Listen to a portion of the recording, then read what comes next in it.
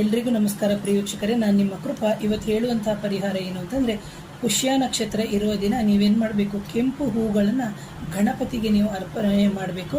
ಅಂತಹ ಅರ್ಪಣೆ ಮಾಡಿರುವಂಥ ಹೂಗಳನ್ನ ತಗೊಂಡು ಹೋಗ್ಬಿಟ್ಟು ನಿಮ್ಮ ಮನೆಯಲ್ಲಿ ವಾಸ್ತು ದೋಷ ಇದ್ದರೆ ಖಂಡಿತವಾಗ್ಲೂ ವಾಸ್ತುಗೆ ಸಂಬಂಧಪಟ್ಟಂತಹ ನಿವಾರಣೆ ಆಗುತ್ತೆ. ಹಾಗೆ ನಿಮಗೆ ಮನೆಯಲ್ಲಿ ಒಂದು ಗಲಾಟೆಗಳಾಗ್ತಾ ಇದ್ದರೆ ಇಂತಹ ಹೂವನ್ನು ಇಡೋದ್ರಿಂದ ನಿಮ್ಮ ಮನೆಯಲ್ಲಿ ಗಲಾಟೆ ಕಮ್ಮಿ ಆಗುತ್ತೆ. ಹಾಗೆಯೇ ಬಂದು ನಿಮಗೆ ಸೈಟಿನ ತೊಂದರೆ ಇತ್ತು ಅಥವಾ ಜಮೀನಿನ ತೊಂದರೆ ಇತ್ತು ಅಥವಾ ಜಮೀನಲ್ಲಿ ಬೆಳೆಗಳು ಬರ್ತಾ ಇಲ್ಲ ಅಂತಹ ಸಂದರ್ಭದಲ್ಲಿ ಪುಷ್ಯ ನಕ್ಷತ್ರದ ದಿನವೇ ನೀವು ಗಣಪತಿ ದೇವಸ್ಥಾನಕ್ಕೆ ಹೋಗಿ ಅಂತಹ ಕೆಂಪು ಹೂಗಳನ್ನು ನಿಮ್ಮ ಜಮೀನಿನಲ್ಲಿ ಹಾಕೋದ್ರಿಂದ ನಿಮ್ಮ ಜಮೀನಿನಲ್ಲಿ ಏನಾದರೂ ನಕಾರಾತ್ಮಕ ಶಕ್ತಿಗಳು ಇತ್ತಂಥ ಸಂದರ್ಭದಲ್ಲಿ ಪರಿಹಾರ ಆಗುತ್ತೆ. ಅಕಸ್ಮಾತ್ ಯಾವುದೇ ಮಾಂತ್ರಿಕ ಬಾಧೆಗಳು ಆಗಿದ್ದಂಥ ಸಂದರ್ಭದಲ್ಲಿ ನಿಮಗೆ ಏನು ಪರಿಹಾರಕ್ಕೆ ದಾರಿಯಾಗುತ್ತೆ ಅಂತ ಹೇಳ್ತೀನಿ.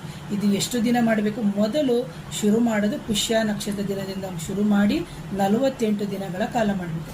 ಪುಷ್ಯ ನಕ್ಷತ್ರ ಯಾವಾಗ ಬರುತ್ತೆ ನೀವು ಕ್ಯಾಲೆಂಡರಲ್ಲಿ ನೋಡ್ಕೋಬೇಕಾಗುತ್ತೆ. ಪ್ರಿಯ ವೀಕ್ಷಕರೇ, ಯಾರಾದರೂ ನನ್ನ ಚಾನಲ್ನ ಮೊದಲನೇ ಬಾರಿಗೆ ನೋಡ್ತಾ ಇದ್ದರೆ ದಯವಿಟ್ಟು ಚಾನಲ್ನ ಸಬ್ಸ್ಕ್ರೈಬ್ ಮಾಡಿ, ಲೈಕ್ ಮಾಡಿ, ಶೇರ್ ಮಾಡಿ, ಕಮೆಂಟ್ ಮಾಡಿ. Thank you.